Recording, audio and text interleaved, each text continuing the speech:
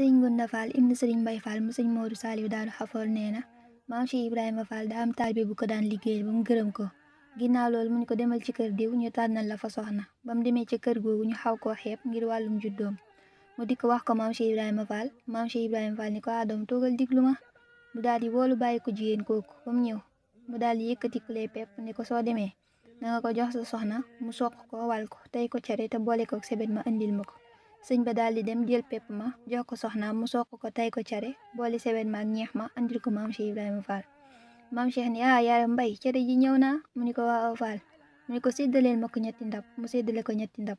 Maam Cheikh Ibrahima Fall daal ni bàyyi ko jigéen ki fobal sebet mi def ci cere ji mu ni ko Fall kon day yàqu di mu ni ko mbokk ma de. Maam Cheikh Ibrahima Fall daal di jël meew mi daal ni ko mën nañoo ànda mu ni ko waaw Fall mu ni ko bokkuñ dara de. Mu daal ni ko Fall loo wax dëgg la. Maam Cheikh ni ko noonu gën noonu la maam Cheikh Ibrahima Fall attee ba sëy boobu am.